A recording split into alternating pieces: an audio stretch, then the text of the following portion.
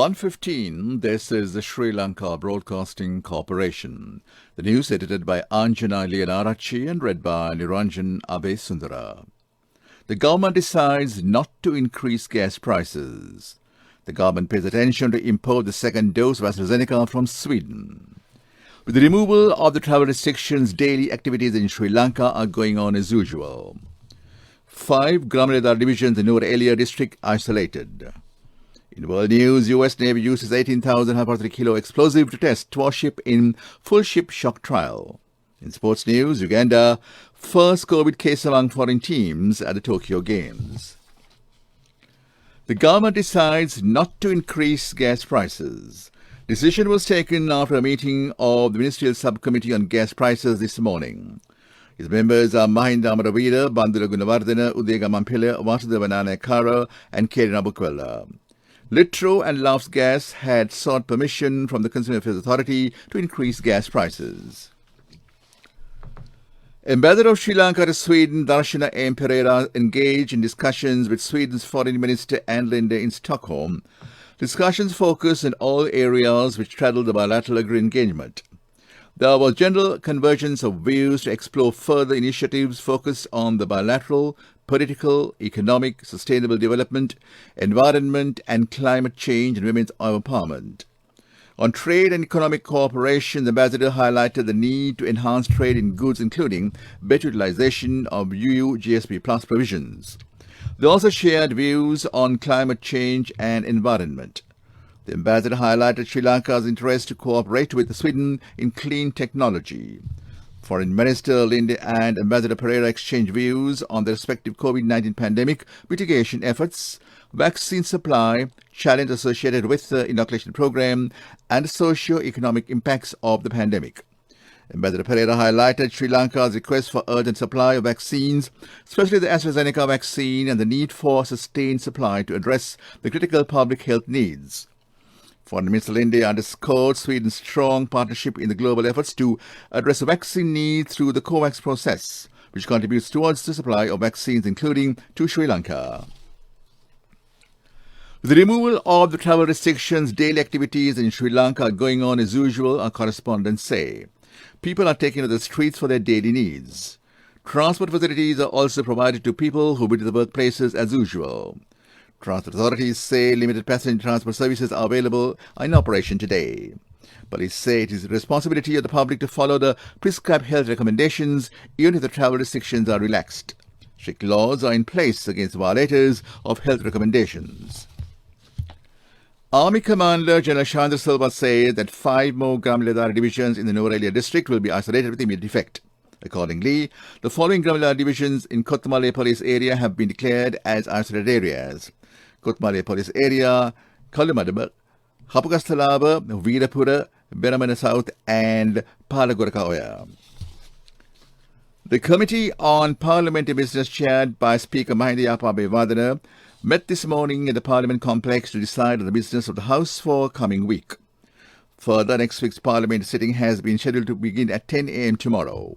Secretary General of Parliament Dhammika Dasanayake stated the Committee on Public Finance met under the chairmanship of Member of Parliamentarian Anurapita Dashanayapa today at 11:30. He added that Parliament Select Committee on Election Law Reform, chaired by Leader of the House, Minister Dinesh Gunawardena, is set to convene at 2:30 p.m.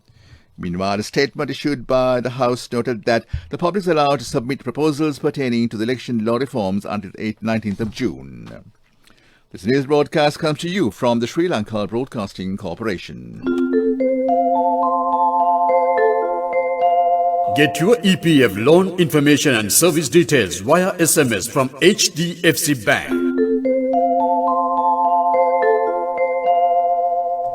Director General of Health Services Dr. Asela Gunawardena has issued health guidelines to be followed with travel restrictions being relaxed today. Social distancing must be maintained at all times, as well as the practice of proper hygiene such as washing hands and wearing a face mask properly. Further, only 2 persons from one family will be permitted to leave the house while the travel restrictions are lifted. Interprovincial travel bans will continue to be in place even during the travel restriction relaxations. That was local news. Now, get your EPF loan information and service details via SMS from HDFC Bank.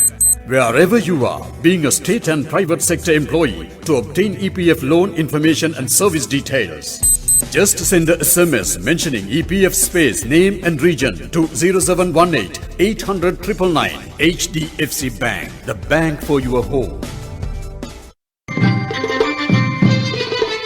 The main news story is brought to you by Siddhalepa Vedamahatmya. Only licensed liquor outlets will be allowed to remain open from today for limited hours, the Department of Excise said in a statement issued yesterday. Thereby, outlets with retail license and beer, ale, stout and wine license for retail sale are given permission to operate after travel restrictions were lifted from this morning. However, selling liquor at hotels, guest houses, rest houses, restaurants and clubs with licenses will not be permitted. Meanwhile, outlets with wholesale license and license for distributing manufacturers' wholesale arak, beer, foreign liquor will also be authorized in limited operations.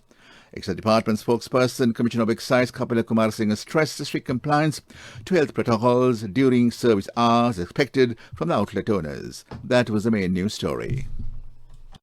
The main news story was brought to you by Siddhalepa Vedamahatmya. On to Watchlight. Chairman of Thalwakele Lindul Urban Council and 6 others have been arrested for holding a function at hall in Thalwakele yesterday in violation of quarantine laws. Police spokesman Senior Inspector General Adit Rohan has said 844 suspects have been arrested by Sri Lanka police within the last 24 hours for violating quarantine laws, such as not wearing face masks and not social distancing in public. This brings the total number of arrests made by the police since October 30, 2020 for the same offence to 41,580. That came to in Watchlight. On to world news. U.S. Navy uses 18,143 kilo explosive to test warship in full ship shock trial. Ethiopian Prime Minister faces first vote amid conflict. Hong Kong's Apple daily newspaper is set to close. United States Navy has been carrying out full ship shock trials of the country's east coast. The 18,530 kilo explosive was detonated as a part of a test to assess the aircraft carrier USS Gerald R. Ford's ability to withstand battle conditions. U.S. Geological Survey registered the explosion as a 3.9 magnitude earthquake. Following the trial, the warship will return to a dry dock to undergo modernization, maintenance and repairs. Ethiopians are voting in key elections amid rising tension and a bloody conflict in the northern Tigray region. This pandemic-delayed poll is Prime Minister Abiy Ahmed's first electoral test since coming to power in 2018. He hopes to secure a popular mandate by winning the majority of the federal parliament's 547 seats.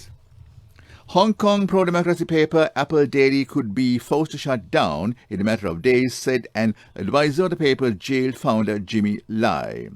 Authorities last week froze $18 million Hong Kong dollars of assets owned by 3 companies linked to Apple Daily.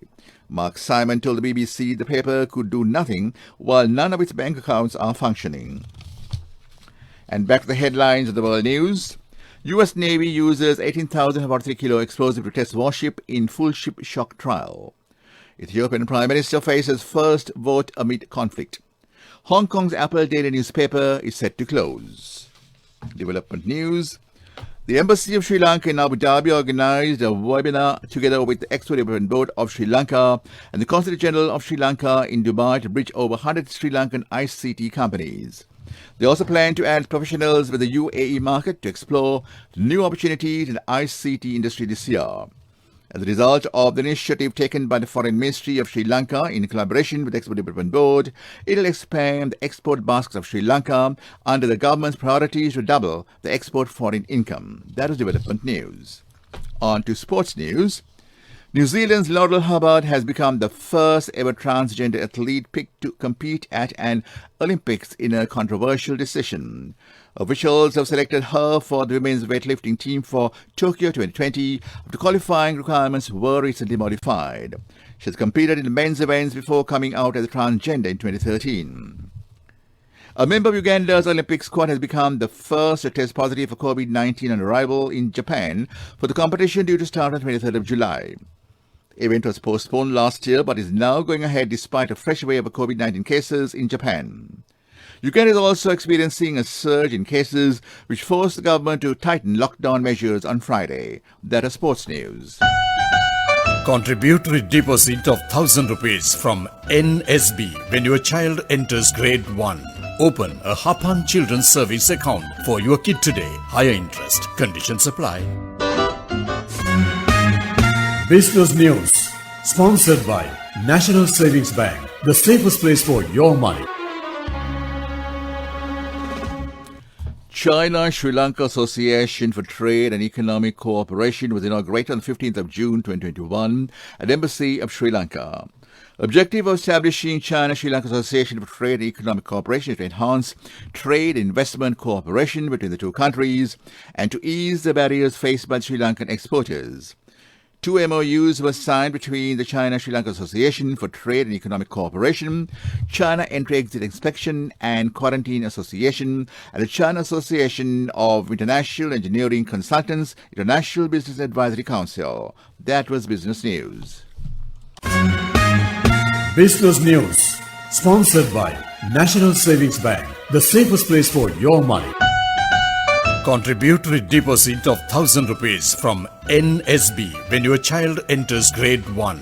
Open a Hapan Children's Service account for your kid today. Higher interest. Conditions apply.